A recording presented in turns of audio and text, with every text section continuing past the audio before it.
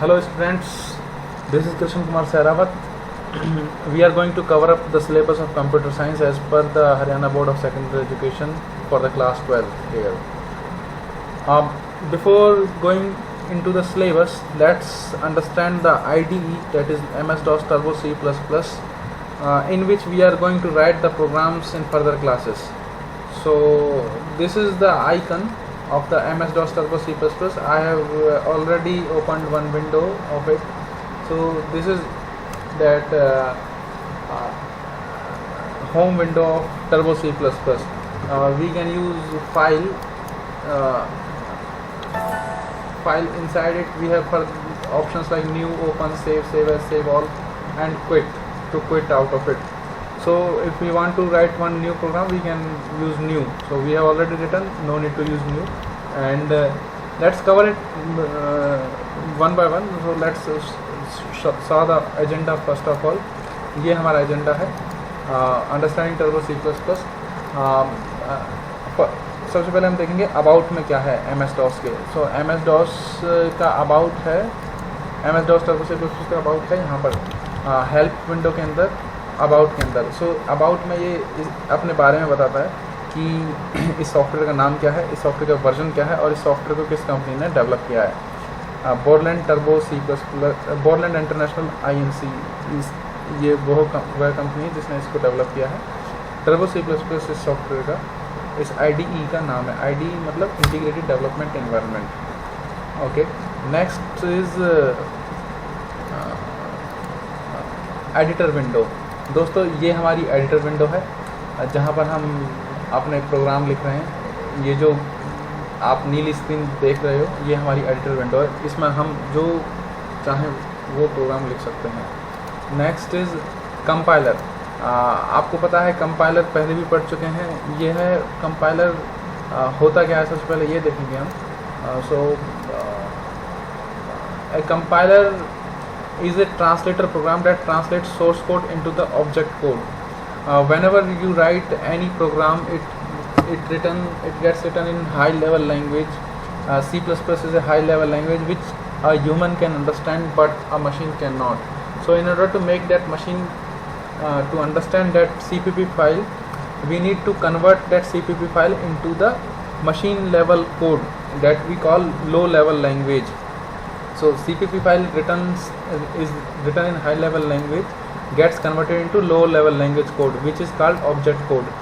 Compiler का काम होता है ये हाई लेवल लैंग्वेज कोड को लो लेवल लैंग्वेज में ट्रांसलेट करे जिससे कि मशीन इसको समझ सके, हमारा कंप्यूटर इसको समझ सके.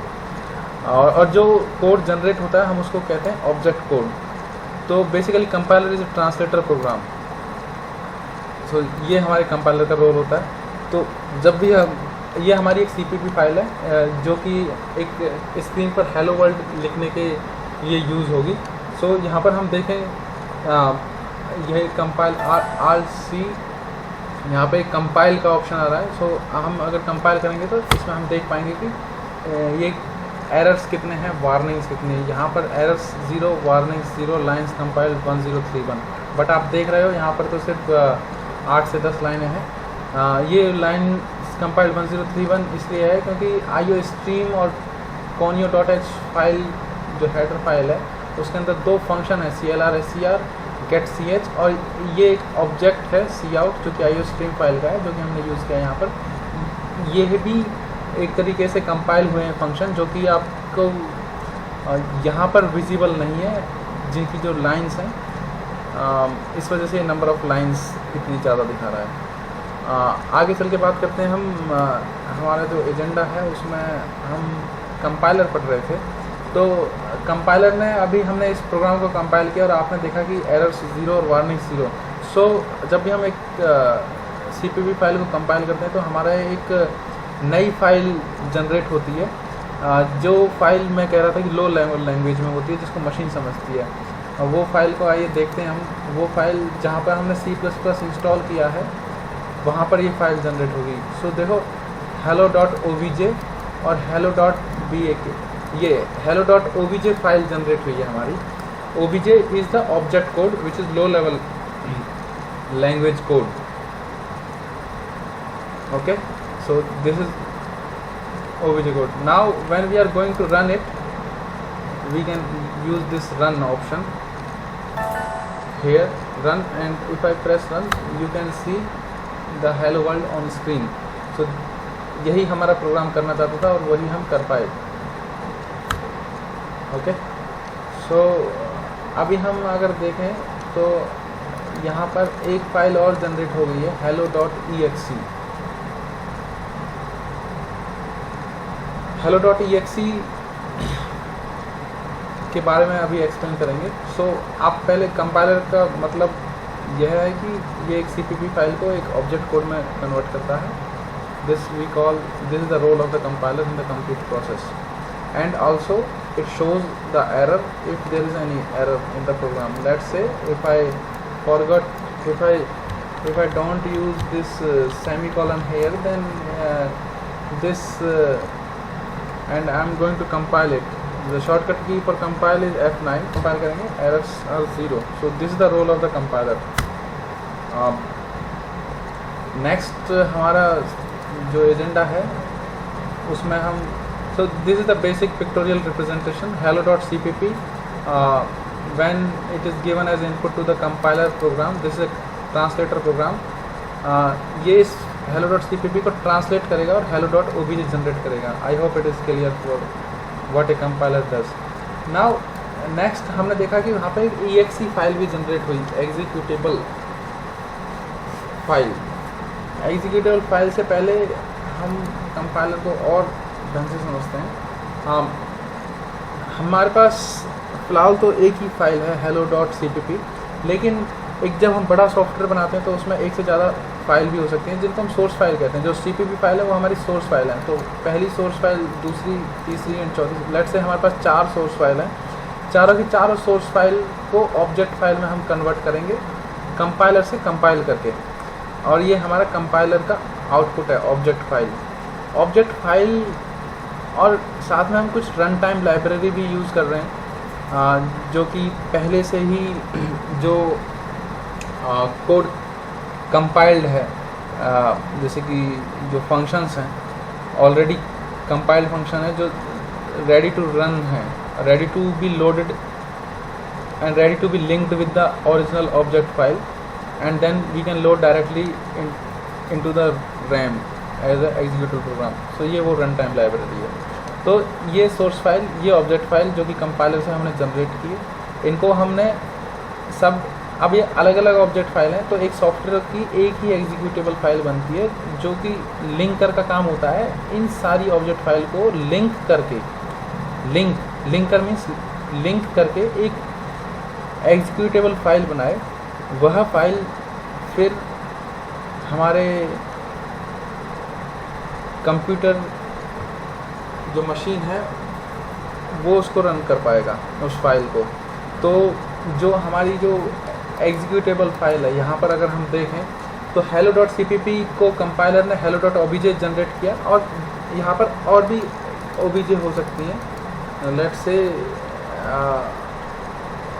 1.obj, सेकंड 2.obj, ये सारी जो फाइल हैं यहाँ पे, ये obj दूसरी कहाँ से आएंगी कि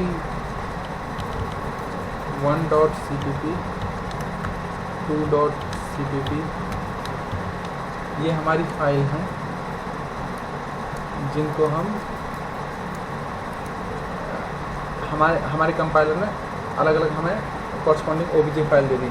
लिंकर का काम है इन तीनों फाइल्स को लिंक करके एक नया फाइल जनरेट करना. वो एक ही फाइल होगा, इन तीनों से मिलकर एक ही फाइल बनेगा. उसका नाम कुछ भी हो सकता है. अभी hello.exe मानते हैं क्योंकि ये मेन फाइल थी हमारी, और hello.exe वो फाइल है जिसको कि हम रन कर सकते हैं डायरेक्टली. देखो अभी हम जाके देखें तो हमारे यहाँ पे hello.exe फाइल है यहाँ पर.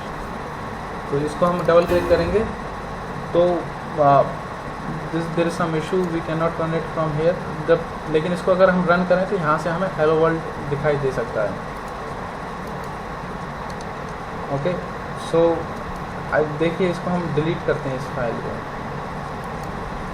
hello.exe को hello.create.